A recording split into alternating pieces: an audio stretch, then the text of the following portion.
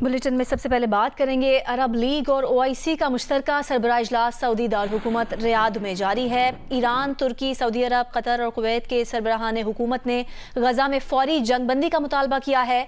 तुर्की और इंडोनेशिया के सदूर ने अपने खिताब में इसराइल के खिलाफ जंगी जराइम की आलमी अदालत जाने की तजवीज़ दी है। तुर्क सदर रजब तैयब उर्दवान ने कहा है कि इसराइल ने जो कुछ किया है उसे इसकी कीमत चुकाना होगी।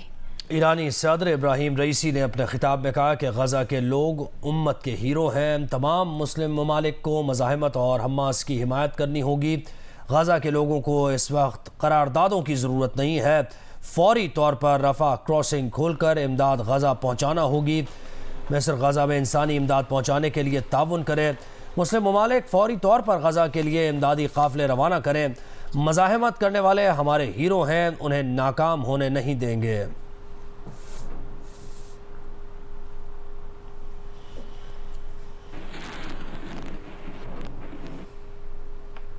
इसराइली फ़ौज ने गजा सिटी के सबसे बड़े अस्पताल अल-शिफा पर भी हमला कर दिया है। अल-शिफा अस्पताल के मैनेजर मोहम्मद अबू सलीमा ने कहा है कि हम मौत से सिर्फ चंद घंटे के फासले पर हैं और दुनिया हमें मरते हुए देख रही है। बिजली ना होने की वजह से बच्चे और ज़ख्मी अस्पताल के अंदर मर रहे हैं। अस्पताल के बाहर मौजूद लोगों को इसराइली स्नाइपर और तैयारे फ़लस्तीनियों को निशाना बना रहे हैं। अस्पताल के बाहर मौजूद ज़ख्मियों को भी नहीं उठा सकते। इसराइली फ़ौज ने कहा कि अल-शिफा अस्पताल की बेसमेंट में इसराइली कैदियों की मौजूदगी का शुबा है। अल-शिफा अस्पताल के डायरेक्टर को तमाम मरीज अस्पताल से निकालने का कह दिया है। इसराइली फ़ौज गजा सिटी के 3 बड़े अस्पतालों के अतराफ मौजूद है। इसराइली फ़ौज का हमास की 11 चौकियों पर कब्जा करने का दावा भी किया गया है। रहनुमा नून लीग राना सनाउल्लाह कहते हैं कि मुस्लिम लीग नून सहूलतकारी से नहीं, फ्री एंड फेयर इलेक्शन से पंजाब और वफाक में हुकूमत बनाएगी। लाहौर में न्यूज़ कॉन्फ्रेंस के दौरान राना सनाउल्लाह ने कहा कि मुस्लिम लीग नून की कोई सहूलतकारी नहीं हो रही है। क्या ये ज़रूरी है कि हर इलेक्शन में ही नून लीग के लिए मुश्किल हालात हों? हम फेयर और अपना फ्री इलेक्शन के नतीजे में जो है आवाम का मैंडेट जो है वो हासिल करेंगे और इंशाअल्लाह ताला कामयाब हो के न सिर्फ पंजाब बल्कि वफाक में भी गवर्नमेंट बनाएंगे। ये जो बातें हो रही हैं कि जी वो सहूलत और फैसिलिटेशन, वो भाई पाकिस्तान मुस्लिम लीग एक पॉलिटिकल जमात है। तो मामला ये है कि क्या मुस्लिम लीग नून के ख़िलाफ़ हर मरतबा यही हालात होने चाहिए? हर मरतबा जो है वो मुस्लिम लीग नून को लेवल प्लेइंग फील्ड नहीं मिलनी चाहिए? पाकिस्तान मुस्लिम लीग को झूठे मुकदमों में जो है वो पाबंदे सलासल ही रखा जाना चाहिए। और अगर अब ऐसा नहीं है तो कि ये जी अपना ये सहूलतकारी है, कौन सी सहूलतकारी है? अवामी मुस्लिम लीग के सरबराह शेख रशीद कहते हैं कि इदारों से उनके अच्छे ताल्लुकात को नज़र लग गई है और चिल्ला भी उल्टा पड़ गया है। इंसदाद दहशतगर्दी अदालत के बाहर गुफ्तगू में शेख रशीद ने कहा कि पहले उनके खिलाफ 20 केसेस थे जो अब 86 हो गए हैं। इतने तो उनके पास जमानती भी नहीं है। मेरी अदलिया के साथ साथ अदारों से भी कभी नहीं बिगड़ी। पता नहीं क्या हो गया, हमारे अदारों के साथ इतने अच्छे तल्लुकात थे कि नज़र लग गई, चिल्ला उल्टा पड़ गया। तो 66 केस वहाँ से हो गए हैं। 66 और 20 86 केसेस में अल्लाह मदद करेगा। ये 86 केसेस अभी 20 में ज़मानत है। 60 ज़मानती मैं कहाँ से लाऊंगा ये अल्लाह को पता है। लेकिन मेरी दरख्वास्त ज़रूर है बड़े लोगों से कि जो लोग बेचारे बेगुनाह हैं, मैं हल्फ देने के लिए तैयार हूँ। कई लोग अंदर बेगुनाह हैं, उनके पास ज़मानती भी नहीं है। अगर ज़मानत पर बाहर आते हैं तो उन गरीबों को, छाबड़ी वाले को, रबड़ी वाले को, खीर दूध वाले को दोबारा अंदर कर देते हैं। असद उमर ने भी चेयरमैन पीटीआई से मुकम्मल तौर पर राहें जुदा कर ली हैं। तहरीक इंसाफ की बुनियादी रुकनियत से मुस्ताफ़ी होने और सियासत मुकम्मल तौर पर छोड़ने का भी ऐलान कर दिया। सोशल मीडिया पर अपने बयान में असद उमर ने कहा कि वो रियासती इदारों के साथ तसादुम की पॉलिसी से मुत्तफिक नहीं है। ऐसी पॉलिसी रियासती इदारों के साथ शदीद टकराव का बायस बनी है जो कि मुल्क के मफाद में नहीं है। असद उमर का यह भी कहना था कि वो उन तमाम लोगों के शुक्रगुजार हैं जिन्होंने 10 साल सियासी सफ़र में साथ दिया। ख़ासतौर पर अपने हल्के ने इस्लामाबाद की टीम और वोटर्स का शुक्रिया अदा करना चाहते हैं जिन्होंने 2 बार मुंतखब किया।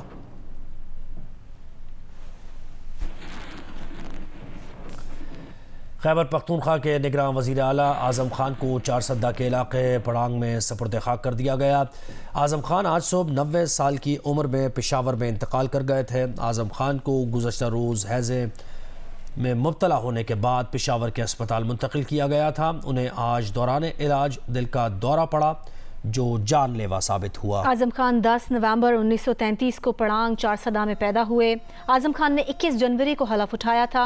9 माह 22 दिन निगरान वज़ीर आला खैबर पख्तूनख्वा रहे।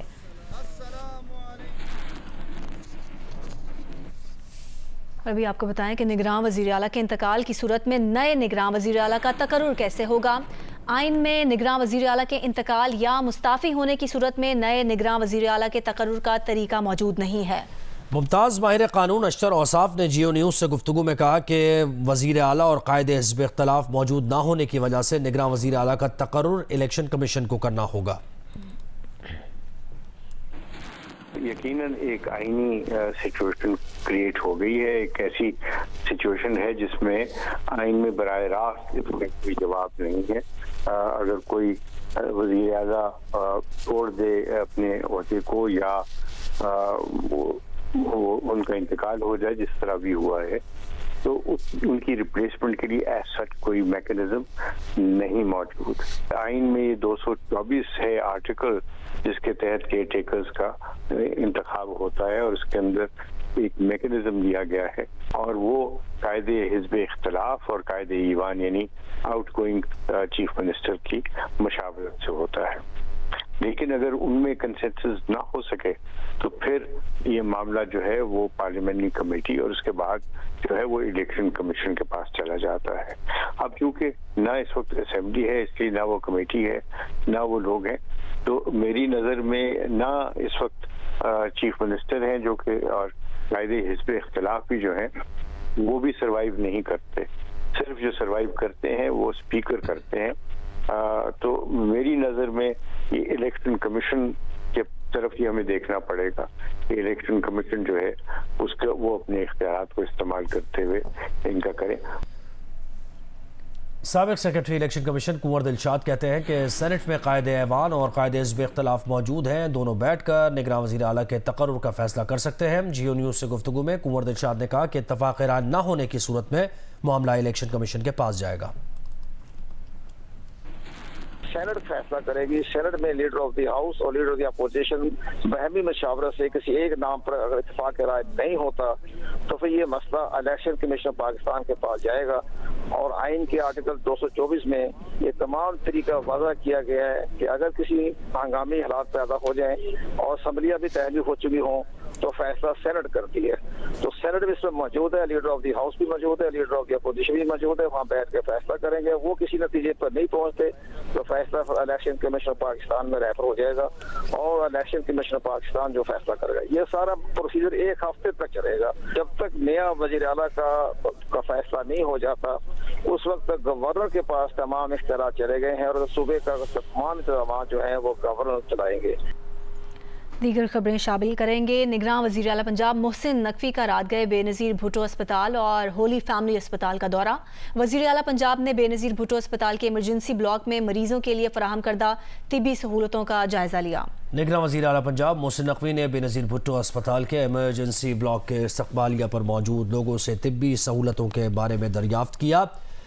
वज़ीर आला पंजाब के दौरे पर एक शहरी ने गुफ्तगू करते हुए कहा कि आपके दौरों से आवाम को रिलीफ मिल रहा है। वज़ीर आला मोहसिन नकवी ने ड्यूटी डॉक्टर्स से मुलाकात की और उनसे मसाइल पूछे। वज़ीर आला मोहसिन नकवी ने तफसीली दौरे के दौरान होली फैमिली अस्पताल की अपग्रेडेशन के काम का जायज़ा लिया। वज़ीर आला मोहसिन नकवी ने अपग्रेडेशन के काम को मुकर्रर करदा मुद्दत में मुकम्मल करने की हिदायत की और कहा कि अस्पतालों के दौरे करके ज़मीनी हक़ाइक़ से आगाही हासिल करता हूँ। वज़ीर आला मोहसिन नकवी को अपग्रेडेशन के काम पर होने वाली पेशरफ्त के बारे में ब्रीफिंग दी गई। पाकिस्तानी टीम बाज़ाब्ता तौर पर सेमीफाइनल की दौड़ से बाहर हो गई है। आखिरी मैच बचाना भी मुश्किल हो गया है। सेमीफाइनल में रसाई के लिए पाकिस्तान को हदफ 6.4 ओवर्स में हासिल करना था। इंग्लैंड ने पहले बैटिंग करते हुए मुकर्ररा 50 ओवर्स में 337 रन बनाए और हदफ के ताकुब में पाकिस्तानी ओपनर्स नाकाम नजर आ रहे हैं। अब्दुल्ला शफीक 0 और फ़खर जमान 10 रन बनाकर आउट हो गए। उस हदफ की क्या बात की जाए, अब ये जो हदफ है ये अचीव करना ज़रा मुश्किल हो रहा है। 43 रन बना लिए हैं पाकिस्तान ने 2 विकेट के नुकसान पर। अब्दुल्ला शफीक जो कि थ्रू आउट अच्छा खेलते आए पाकिस्तान की तरफ से 0 पर आउट हुए, और फ़खर जमान जिन्होंने एक ऐसी उम्मीद दिलाई थी पिछले मैच में, लेकिन 1 रन पर वो भी आउट हो गए। तो बाबर आजम और मोहम्मद रिजवान क्रीज पर इस वक्त जमे हुए हैं। 43 रन हैं 2 विकेट के नुकसान पर। क्रिकेट के सिकंदर वक्त ने हमें ज्वाइन किया है। जी सिकंदर, अब बताइए, ये मैच भी निकालना थोड़ा मुश्किल लग रहा है? यार देखो, मैं हमेशा कहता हूँ कि दुनिया में कोई टीम एक बंदे पे डिपेंड नहीं करती कि जी फखर चलेगा। मैं लास्ट टाइम कहा कि खुदा ना करे, अल्लाह ना करे, मेरे मुंह में खाक, अगर वो जल्दी आउट हो गया फिर तो यार एक टीम से कोई चलती है कि आपने एक फखर को पर रखा हुआ है कि जी वो करेगा तो हम करेंगे, और क्या हुआ नतीजा आपके सामने है। और उससे पहले आप उसको खिला नहीं रहे थे। यहाँ पे लोग कितने 6 ओवर का टारगेट था ना, 6 समथिंग। जी जी जी जी बिल्कुल ऐसा। हाँ, तो मुझे एक्चुअली एक मैच याद आ गया। हमारे ही एक बॉलर था, उसने सुपर सिक्सेस जो होता था हांगकांग में, उसमें 1 ओवर में 48 रन दिए थे ताकि हम मैच हार जाएं। ये मैं मतलब कह रहा हूँ, उस पर लिखा हुआ है, आप रिकॉर्ड में जाके देख लें। नहीं, आप सही कह रहे हैं सर। तो वो वैसे अगर हमें 6 ओवर मिल जाते 48 रन के, तो वो वाला बॉलर आके करा दे, इंग्लैंड वालों को तरीका बता दे कि किस तरह 48 रन दिए जाते हैं 1 ओवर के अंदर, तो इसी तरह हम जीत सकते थे। बाकी तो मैं नहीं समझता कि कोई जीत सकता है। तो टीमें बनानी है ना सर। ऐसे तो जितने लोग डिसअपॉइंटेड है ना, ये तो आपने हकीकत में अपनी बात बताई, लेकिन आपका सेंस ऑफ ह्यूमर बड़ा काम आएगा हमारे इस वक्त जो ट्रांसमिशन होगी उसमें।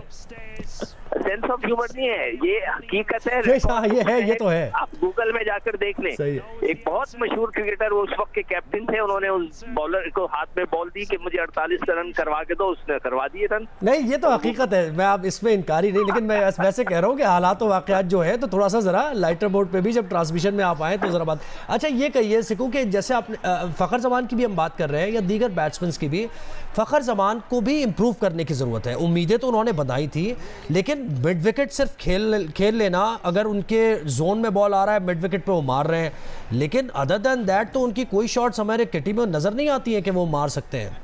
नहीं देखिए, वो बात असल ये है कि जो हम सब को पता था कि वो कंप्लीट फेलियर जा रहे थे। 6 महीने पहले उन्होंने लगातार 3 सेंचुरियां की थी 6 महीने पहले।